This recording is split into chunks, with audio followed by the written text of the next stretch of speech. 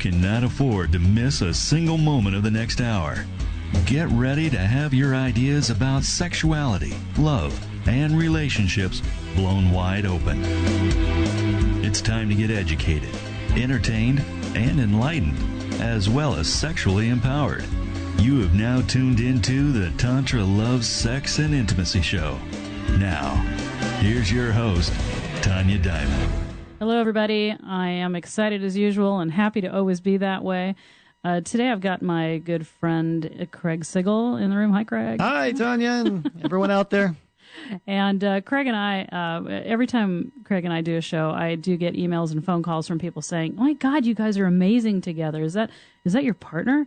No. In a sense, yeah. In a sense, Craig, I feel I'm only the way I am because of you. That's why you all need to listen every week without fail.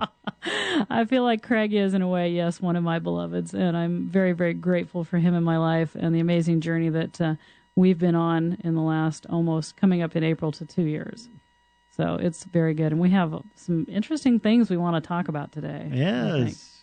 So it's been a curious first beginning part. I can't believe it's only, what are we into the new year here, 22nd day, 22 days I know, or something. It's flying by already. Things are just really cooking. I mean, I know most people are thinking about the Obama thing and all the politics, and people that know me know how completely politically ignorant I am.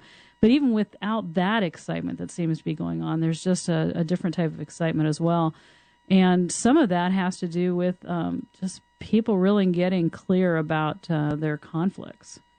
And what does that mean to be in conflict, and where does our conflict even come from? What do you think about that, Craig? Well, we have been talking about this just keeps coming up everywhere in my practice, and as you know, in my personal life as well. And one of the big things that really we just had a conversation, folks, and Tanya said, well, we're going to save this for the air. These people need to hear this.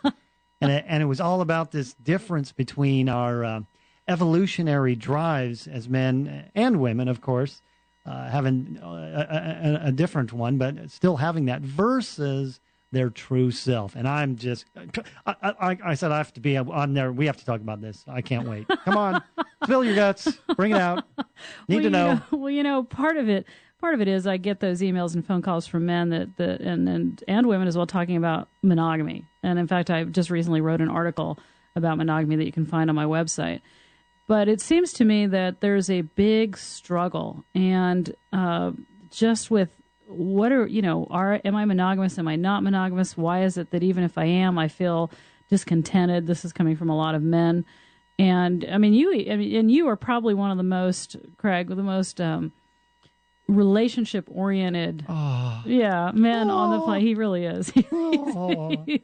He's really solid in the fact that he could very easily be with one person for a very long time and not have a whole lot of problem with it. But even you said something to me about that. Well, this popped up from a conversation I had with somebody else, and I was saying in my earlier years, as I'm hanging out with men and men-type activities, golfing and sports and sitting around having a beer, that kind of thing. We seem to be talking a different tune when singing a different tune when it's just men around. And we end up going to this, women, how many women can we get this year?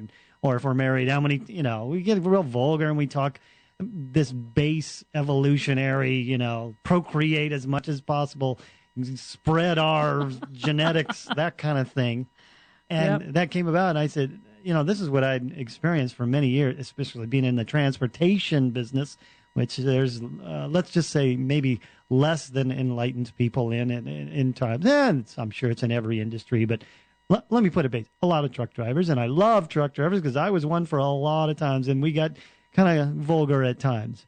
So, but my point is, I was asking, and I asked you, is what percent of men really are like that, want that? And you said very little. Want to score. Yeah, just want to be the scorer, want to be the player, want to spread the seed, want to. Well, what I said was, and I said that my first response to you was, I don't know, maybe like 10 or 15%, really. Yeah, and I was kind of shocked. Right, and then I realized, of course, what I'm talking about is their true self. Now, on an evolutionary scale, that's totally incorrect. On an evolution scale, 100% of men would like to sow their seed as many places as they can because that's the evolutionary drive. The problem we're butting up against today is that there's the evolutionary drive, your internal, programming, not from programming from this lifetime. I'm talking about evolution programming to procreate as much as you can for the species to survive, to have different genetics out there, different strengths out there. But what's happening is, that was cool when we were all dying at 15, 20, 25, 30, but we don't do that anymore. And our selves today and how we're raised and we walk into the world, we actually want to have love and we want to connect to somebody deeply. And so there's a conflict between the evolutionary side and what our true nature today might be in spiritual sense, let's say. Because obviously the truth in physical sense is procreate. Right. And the truth in maybe spiritual stuff is commit, connect, feel deeply. And this is a big conflict. And so what I think, and we were talking about, is that what's happened is the men that are staying monogamous, and the word monogamy actually means married to one woman. So, I thought that was interesting when I actually looked it up. So maybe the men that are staying... necessarily married to one woman? It says that, married to one woman. So I think we've broadened that to just being with one woman in any relationship, I think so. right? Well, probably. Okay. I mean, in the general use of the term. So let's say the men that stay faithful, meaning that they only have sex with their partner, have, I think, been driven then to use porn more. Because in a way, it's still giving that impression of sowing the seed with multiple different women. Yeah. So there could be some tie-in to there that has really why this escalated the porn industry into the biggest money-making machine on the planet. So what's a man supposed to do? Well, get over that urge, but tell me, you had that thought. Then you said to me, "Oh yeah, way back in the past, in those days, yeah, sure. Right. Oh, it's okay as long as I'm still monogamous, right? Which I was, right, because you weren't physically not monogamous, right? So, is it, but if your intention is going out to other places, are you actually still monogamous? We have ways of justifying everything we do, don't we? Of course we do. That's what makes us human. That's what makes us human, not the opposable thoughts, right. but our ability to justify and rationalize. So what are people to do? Well, I think, as I'm talking to younger men, I had a young man on online the other day. He was... I think he said he was like 22, and he was struggling with this issue. He said, really, am I a monogamous? Am I supposed to be? As a man, am I supposed to just be with one person? And when I explained this to him, he was stunned because it had never occurred to him that he was having two type of different programs or two type of different feelings going on. That one, that drive to go out and do everybody, and then that other drive to connect and love and be deep. And after our conversation, he said he felt, just knowing it, he felt better because he understood then that it was a choice. The choice to be driven by your evolution, which is fine, or driven by your perhaps spiritual purpose now, which looks different. But I want to say, I've always considered myself monogamous. This is why this is funny. Except that I've never really had a longer-term relationship than a few years. So how is that monogamous? Well, aren't you, when you're with someone and you're living your truth and you're following through with your commitment to one person, that's monogamy. Well, it's fidelity. What's the difference? I don't know. Is there? I don't know. And I mean, that's what I'm talking. I think that, if how many people really have been with one person for their entire sexual lives. I'm thinking that's pretty small. So I don't know that we are monogamous. I mean, there's animals in the animal world. When an animal's monogamous, it's generally monogamous for life. Yeah, and the partner dies and they never mate again. Really? Yeah. So I mean, what are we doing? Serial monogamy. All right, so we need to get some practical advice. I'm going to stand up for all us men who have this conflict. What are we to do? Well, I mean, understanding the conflict is the first. Great, I understand the conflict. I'm lying there in bed. My partner or spouse is like having a problem with me for the last 2 weeks, and we haven't had anything. And here comes the drive to go out and find it somewhere else. Right. Well, yeah, you could certainly go do that, or you could certainly understand that the biggest problem why you and your partner are having a problem is actually. Notice how I phrased that. She's having a problem with me. I don't know why that came up or anything. Just coincidence, you know. It's a weird thing. Yeah. Why did that happen? Can't be me. God, no, I don't No. have any problems. No. But what I was going to say to that is, I mean, that, of course, that's such a huge multifold issue there, because if a woman is denying physical contact, you know, she's not interested, it's because her intimacy needs haven't been met. Her intimacy needs aren't being met. She's not interested in physical contact, whereas you want physical contact to express love and aren't interested in meeting intimacy needs if your physical contact needs aren't being met. So it's a wicked circle. The big thing, I think, to think about is that the whole act, and this might stun you because we haven't even gone into this, but it's the whole act of ejaculation that actually ends up being the problem. So if it's once a man has ejaculated inside a woman or with a woman, he actually no longer desires that woman as much. Now, this is really, people just go, oh my God, listening. What are you talking about?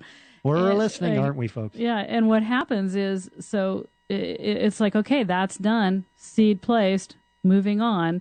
And even if you love the woman deeply, there's still a little bit of a dissatisfaction. There's still a little bit of a desire to maybe look elsewhere. And that's always being reined in and reined in and reined in. And so I think that can cause, and I think women get that. That's the other thing. Women that are ejaculated into understand that. And so you might notice afterwards, are definitely more clingy. There's that, stay with me, bond with me, be with me, right. You know. And I think there's this whole internal conflict going on between men and women that's under the surface that's really deep because it's evolution. Nobody's talking about, nobody's getting, and it's causing huge problems. So after that ejaculation and that placing of the seed, all of a sudden, the woman feels way more needy. Might even feel lonely. I mean, there's a lot of women that feel lonely after sex. It can be great sex, but they still feel lonely. Right. And it's part of that because that has ended. That final act of insemination is done, and they are no longer feeling the super attraction from the man that he had before that event. So, you know. So the solution is not to finish. Right. One of the solutions. Okay, this is not going to make a lot of men happy right now. We need some... Guys, I'm standing up for us here.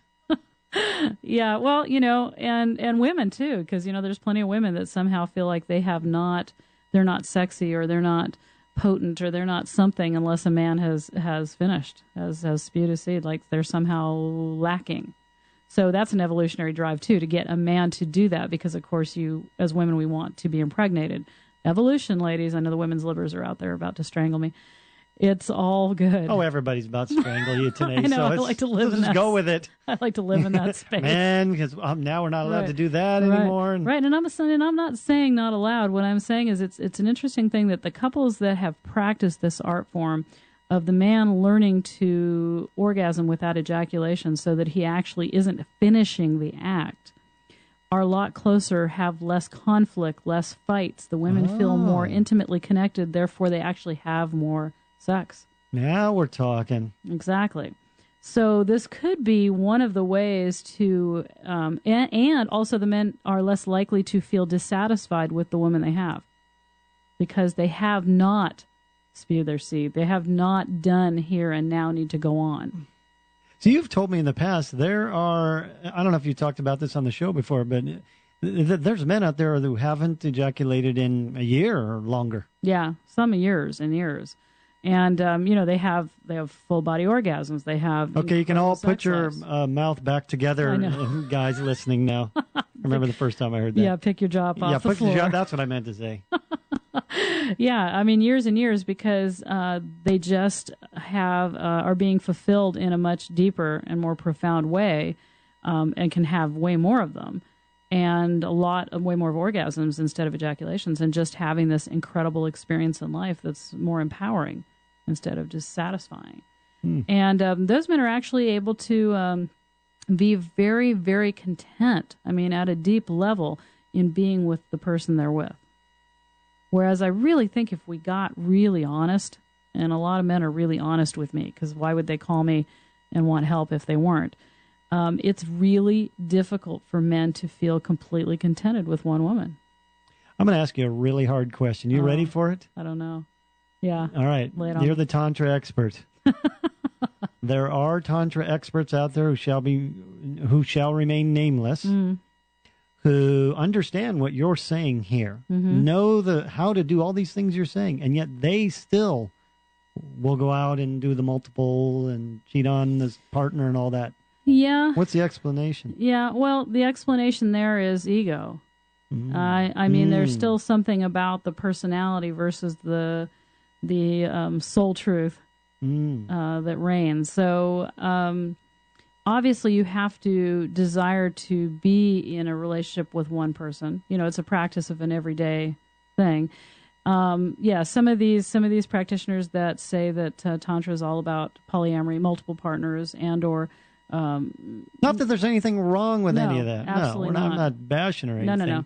Absolutely not. I think anything and everything with your conscious intent is perfectly all right. Yeah, I just have a problem with people say one thing and do the other, as do most of us. Right, exactly. And so, yeah, I don't think that they're professing that, though, because this art form that I'm talking about is actually the art form of Karezza, and that's a K-A...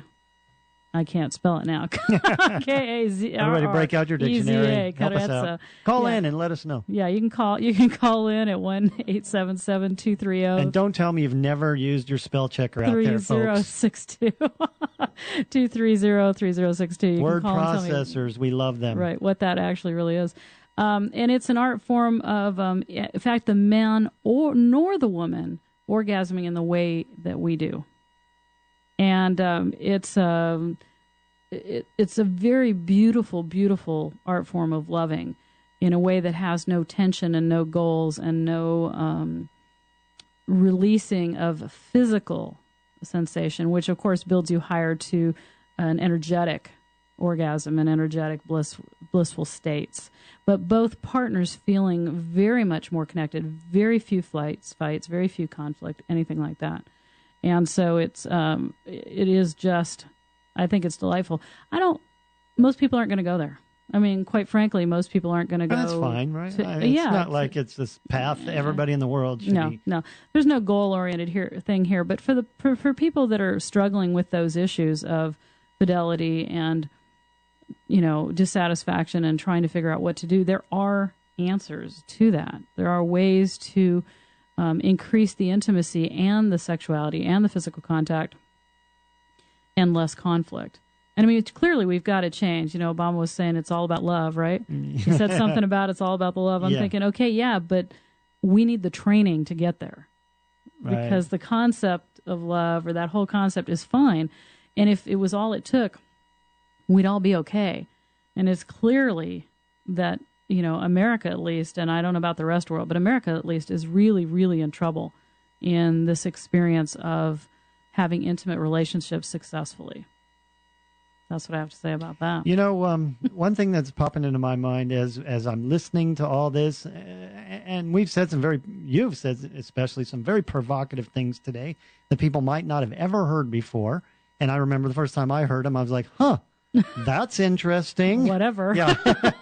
Right. Now here's the cool thing, though, that I want to add to you, because sometimes I don't quite get it right away. But these things, they just kind of put us out of our box and plant seeds. You don't have to totally embrace, oh my gosh, from now on I'm never going to ejaculate on women again. No. That's not the point. It's that there's other ways of thinking other than what society's been telling us. Would you agree with what I'm saying? Oh, definitely. I think it's about awakening, as you said earlier. It's really about waking up instead of just, the famous story of the woman that, the takes her roast out of the oven and she puts it down on the table, and her daughter says, why do you cut the ends off that? And she's like, I don't know. My mom did it. And so the little girl goes over and asks her grandma, Grandma, why'd you cut the ends off your roast? Well, I don't know. Great-grandma did that. Luckily, great-grandma's alive. And I've done it for years, too. Goes over and asks great-grandma, and great-grandma says, oh, yeah, we had a really small oven.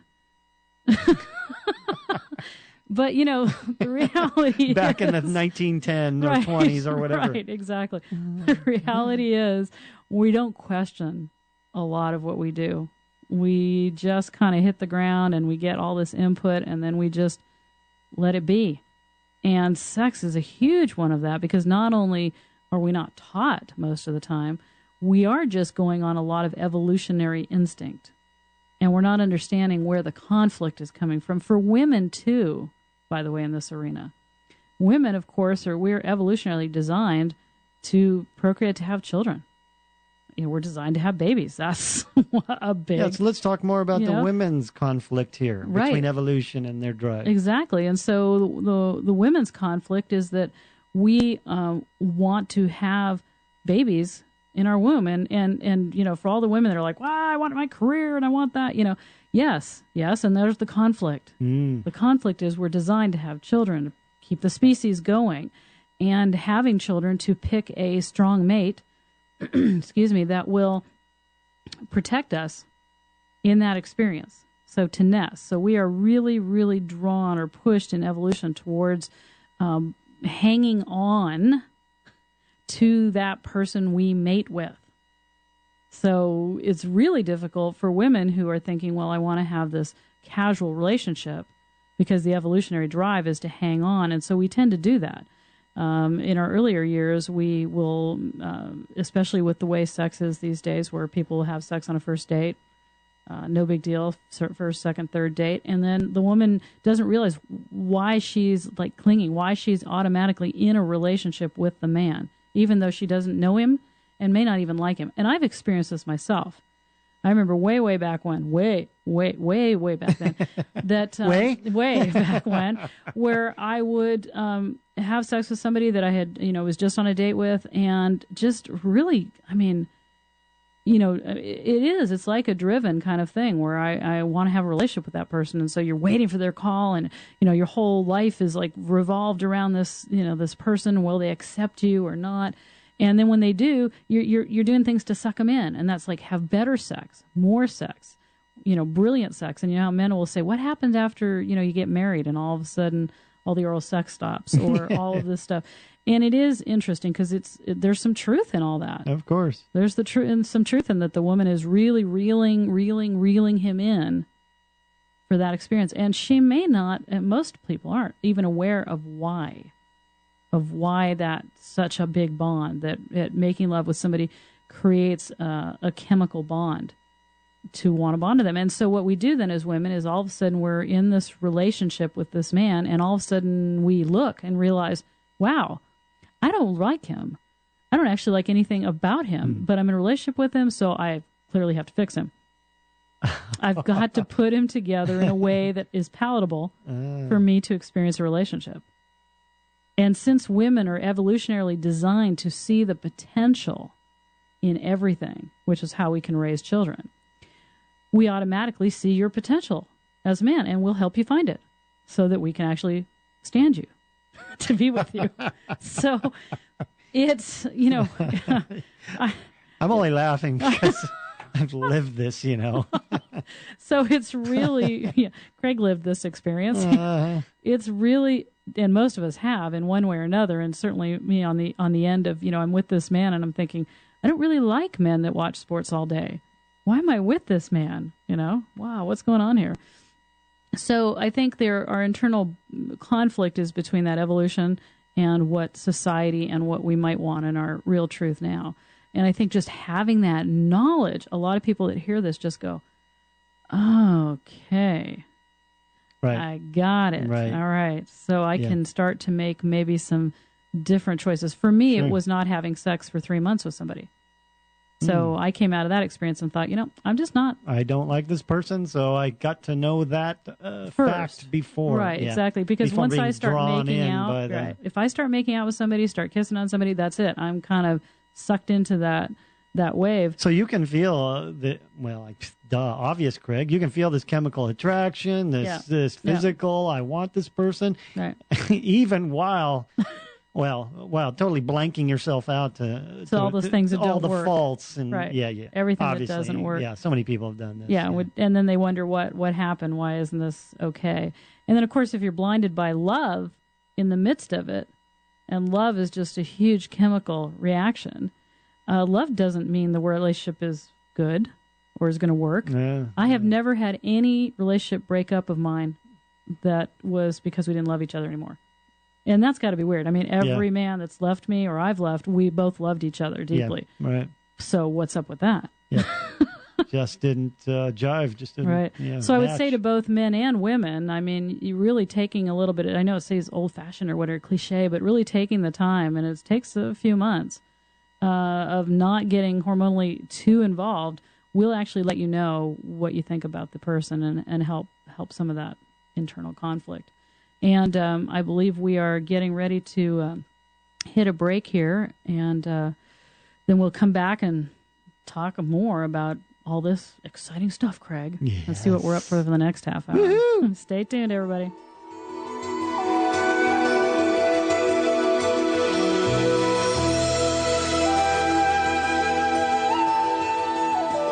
Is your sex life non-existent? Do sexual dysfunctions leave you soft? Is internet porn getting more than you are? Or are you paying more attention to porn than your partner? Have you tried talk therapy and it got you nowhere? You are not alone.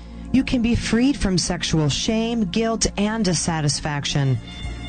A visit to the Tantra teacher is in order. Call now and mention you heard the Tantra teacher on the radio and get a very special offer.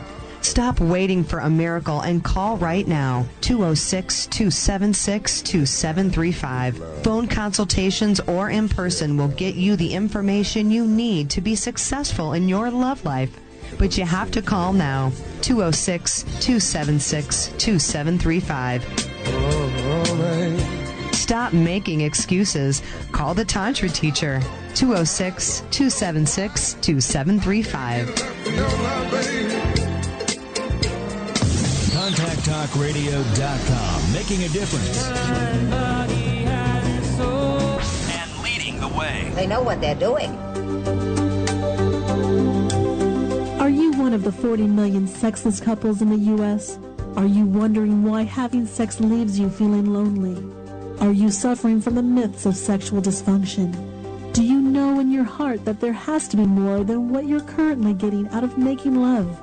To rid yourself of sexual ignorance, get more out of your lovemaking, and find out more about spiritual sexual connection, then you need to check out www.thetantrateacher.com to receive your free copy of the ebook called Secrets of the Tantra Teacher.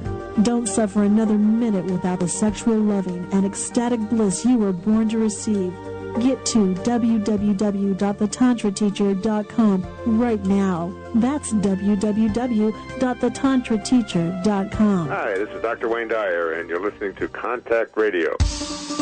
Now is your chance to be part of the show. Call 877-230-3062. Call in with your questions or thoughts and talk with the host and their guest. Again, that number is 877-230-3062.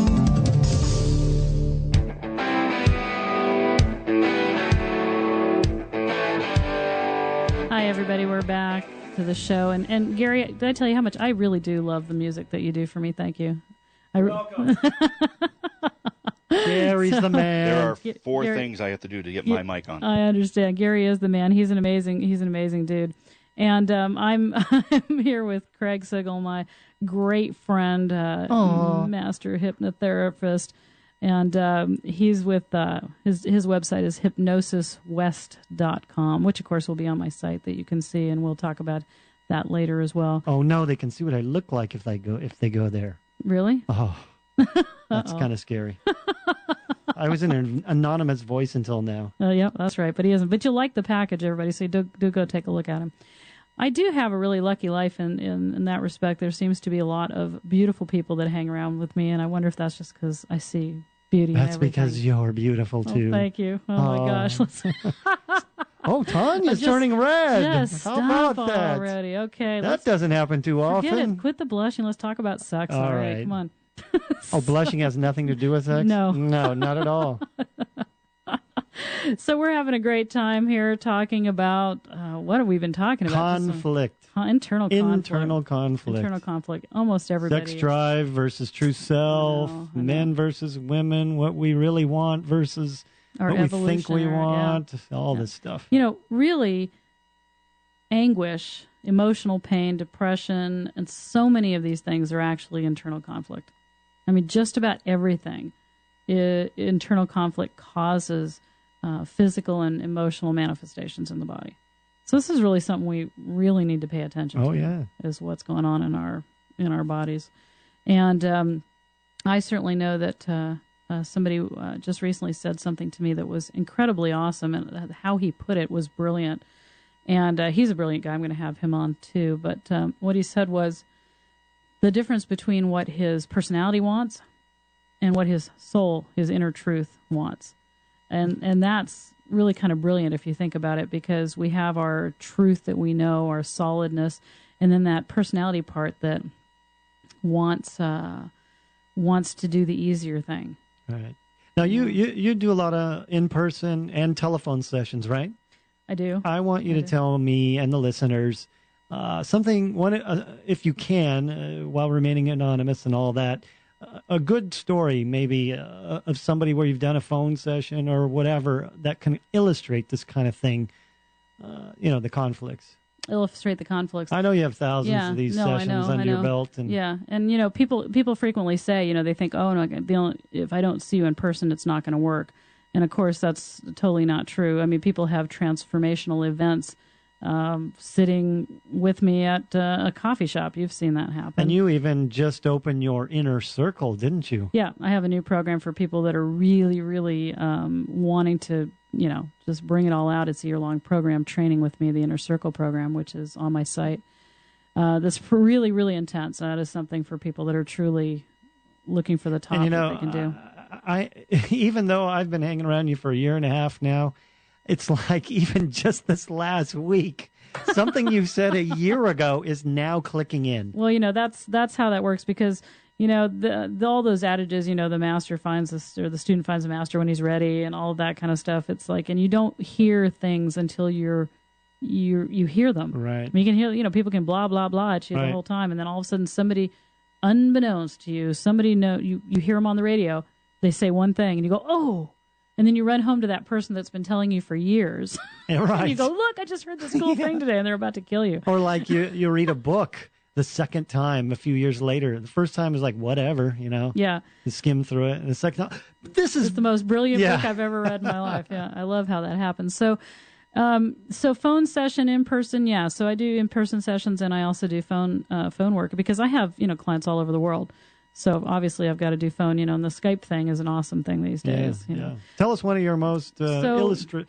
So the reason I can talk about these kind of things is I do have quite a few clients that have given me permission to talk about them at any, whether it's in person, on the air, at my workshop, which I really appreciate. Thank you guys, because it really helps other people to know what's going on, but still remain, people are scared that their information is going to get shared, but only if you give me permission do I do this.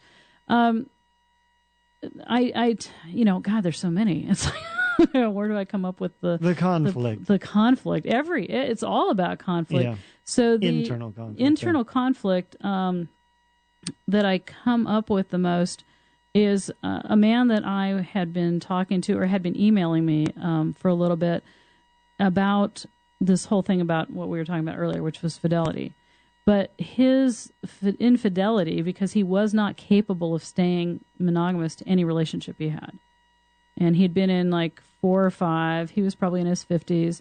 And he just was very, really struggling with this, which was kind of interesting, because you'd think, well, He'd go out of his way to cheat on the person that he actually was really in love with.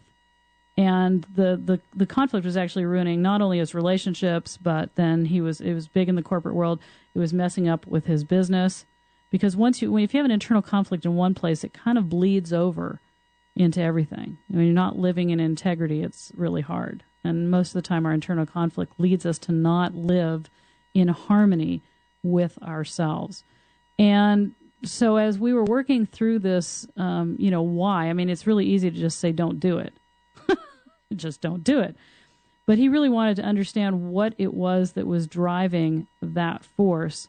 And what we came up with was that conflict was being driven from fear, which most conflict is driven from, but the fear of aging.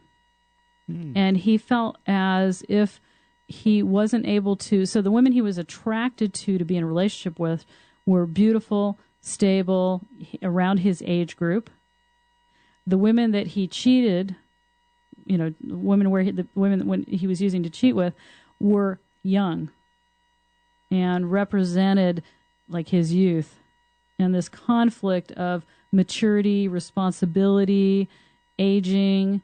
Sounds like a fairly common story so far. Right. Well, it is, right? And so the whole conflict between being responsible and being an adult and being free and, procreating and just having a good time was huge in him. And it had cost him, of course, not only some relationships with some beautiful people, but inevitably the conflict led him to drug use.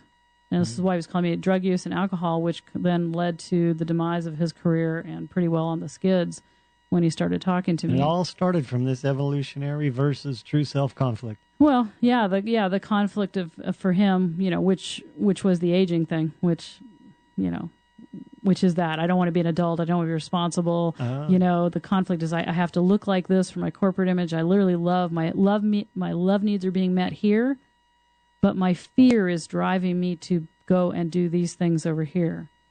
When we were able to, see that, when I was able to show him that's where that was coming from, and it rang true, because, I'm not all about taking somebody down my spiritual path. Right. This isn't like some cookie cutter thing where this is what you do, life coaching, blah, blah, blah. It's really about teaching my students, my clients, and teaching him in particular as well, to find out what it feels like to be in truth. Because there's a vibration, a feeling, I don't care what you call it. Yeah. There's a moment when we understand our truth, when it is reconciled in our body. And when we can learn, and this is what I teach, really, is when we can experience that truth and what that feels like, even for a nanosecond, we can tag it. You felt it that one time, boom, tag it. And figure out how to keep coming back to that experience so it gets bigger and bigger. And this is you and I, the same kind of thing, right? Yep. I'll say, Craig, la, la, la, la, la, la, la, and you're like, And then, you might call me a week later. I know. A week don't later, do that. Call me a week later and go, did you ever tell me? XYZ that. Yes, Craig. Yeah, about 50 times. Yes, Craig. But it wasn't until somehow it just clicked in and it felt congruent and solid that you're like, oh, yeah, that's right. Yeah. So, it was a little bit of a process, but this isn't like talk therapy. I mean, in the sense that, I didn't spend 2 or 3 years. This man had already been through probably 8 or 9 years of therapy, and it wasn't working. Right. And pretty well, I think we spent, I'm going to say maybe 8 sessions on the phone. He has an entirely different life. Right. Because once you hook into that feeling of truth, then you make decisions from that space. And whether they're sexual decisions, career, whatever, it doesn't matter. It all leads to the same thing. And so when you're in that space, you just make different decisions. Right. So we can't think our way out of this stuff. No, and that's the problem, is we're all revered for thinking and for being, smart and logical and all of that. But the reality is corporate. Yeah, that's Craig's buzzword, corporate. We cannot think ourselves out of our internal conflict. There has to be an ability to feel something in our bodies as well. And it's all about lining up. And yeah, because that's what started us on this whole thing today, right? Right. I got another one. Yeah. We're going to change gears a little bit, if that's okay with you. Yeah. That I want to get out, and it's this idea, especially for men. Obviously, you can tell us how it relates to women as well, but this internal conflict between our heart energy and sexual energy. Well, yeah, right. And so, let's see. And I have to say, I really love your shoes, by the way. Oh, those are great shoes. Thank you. I had help from a woman buying them. Nice shoes he's got on today. The conflict between the heart and sexual energy, and why you're asking me that is because I've been talking about how I've been wandering around all these really great-looking men that make me feel nothing, right? Because there's no... Stop looking at me. Because there are these great, beautiful, sexy packaged men that can't bring it.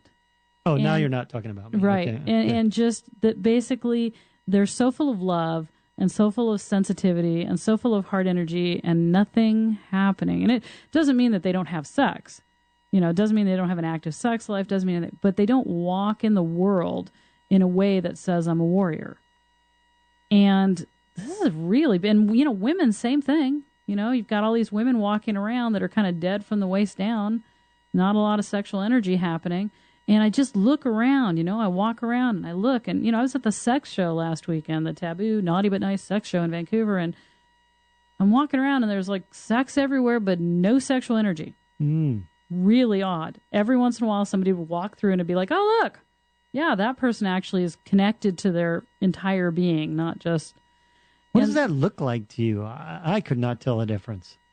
I don't think most of us could discern what you're talking about. Right. It's a way that somebody holds themselves. It's the way they walk. It's the way their entire body is connected from the feet up. It's the way their facial expression is almost a smile, and it's the way you feel around them. Women can visually, you can look and say, wow, it's like the whole hot one. I was hanging out with a bunch of guys this weekend from Lifestyles Transformation up in Vancouver, and these guys are awesome, good looking, they teach empowerment, and women were drawn to them because of how they physically look, but then they didn't know what to do with them. They're friends. And the guys are all looking for the hot woman. I love this. Oh, yeah, the hot woman. And I'm looking at the women they're looking at going, well, the look that they are portraying is that they like sex, but the reality is they're not hot women. They actually are totally not anywhere in their bodies to be interested in sex. They're in their heads worried about their bodies and other things that are going on. You find this out later, this stuff. Right. And so I said, so guys, okay, so you hook up with that woman over there, the hot woman, and so now you've got her on your arm and that's great, but she doesn't like sex. Or she doesn't really want to have sex, or you don't really feel like sex is that great with her. That's because she's not a hot woman, or a woman that is hot. She's a hot woman, but not a woman that is hot. And they're like, tell us more. Yeah, tell us more. And so we spent the day kind of watching. I'd show them. Okay, so now there's a woman over there who really likes sex. How do you know? Well, just let's look. So I show them while she's walking and see what I see. There's a man over there now. Look at all these women. Watch him walk by. And he'd walk by, and he wasn't necessarily a great-looking man. His physical package was just medium. But every woman he walked by looked at him. And that's because he was in his sexual energy. It didn't mean he was slapping girls on the butt or anything like that. That's not really what it is. But he was solid in his sexual energy. He was unapologetically male. And every woman in the place noticed that.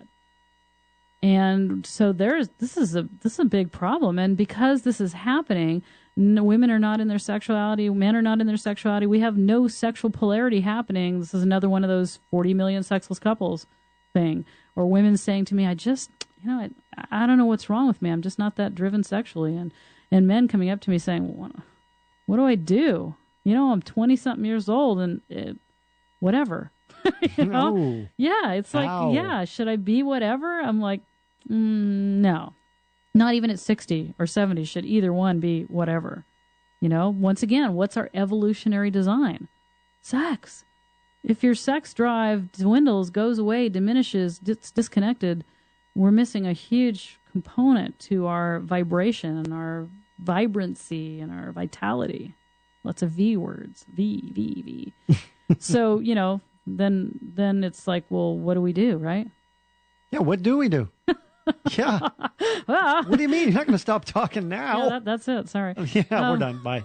We are going to, it's not going to be too long before we stop talking, but what? I know what you're going to say. What? Tell me. Breath. Well, breath, of course, has, yeah, exactly. The breath is... That's all it, folks. Whenever there's a question, that's the answer. Yeah, I know. And people People are getting to know that because when I was What's your name?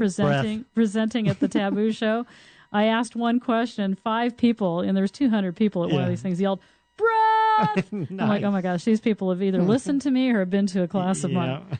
But yeah, that is true. Learning how to become awakened and consciously breathing through conscious breath practice is one of the ways in which to start to access our sexual energy.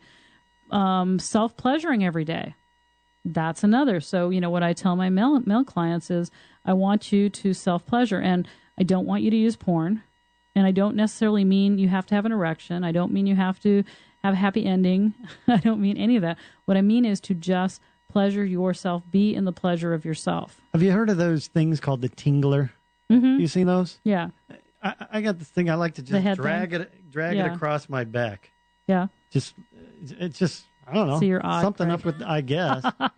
It's just like Craig, I can just light tingly touches. Yeah, I can just drag it across my arm, and does that count? Is that what you're talking about? No, I'm talking about.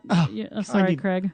Yeah, damn. I know. That's part of it. All right. That's great. Pleasure yourself like that all the time. But Yeah. I'm actually talking about touching your genitals. I'm actually talking about your second chakra, your sexual energy, holding yourself, being present with yourself, moving your sexual energy, pleasuring yourself that way as well as the rest of your body. Because it's all together. We were compartmentalized. We turn this part off and turn that part on, and it doesn't work because we're in a full body, full expression of it as a human. So women, the same thing. I say, I want you to touch yourself every single day for 5 minutes.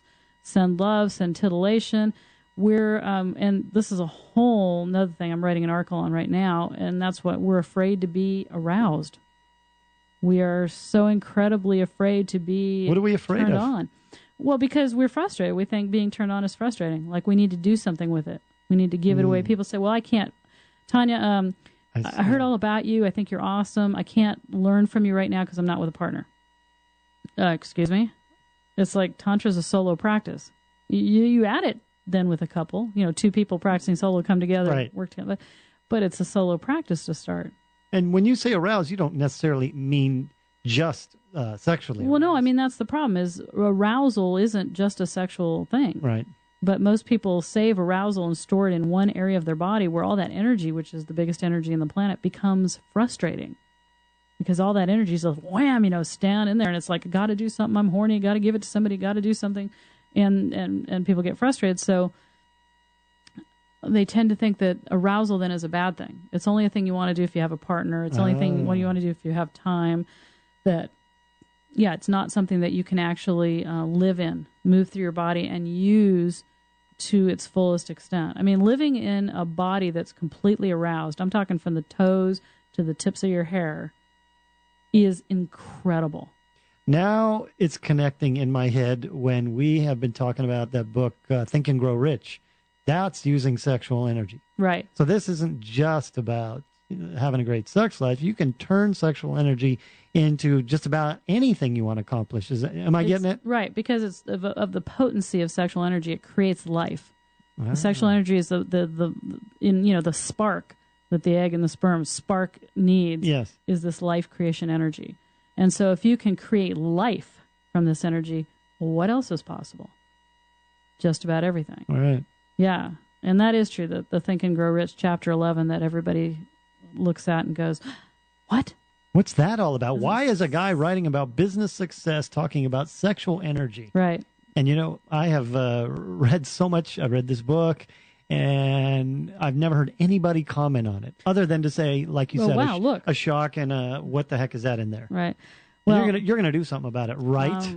I am doing something about it, Craig, right, as we speak. And yes, that has been pointed out to me that though he speaks about all this in Chapter 11, and it's quite a lengthy chapter, he never actually tells anybody how to do it. And I know how to do it.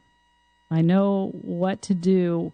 I know the steps in which to take and how to teach people to use Chapter 11 to think and grow rich or do whatever else they want. Right. And the author is Napoleon Hill, and folks, you can get it for free just about anywhere online. Yeah, Napoleon Hill's Think and Grow Rich, yeah.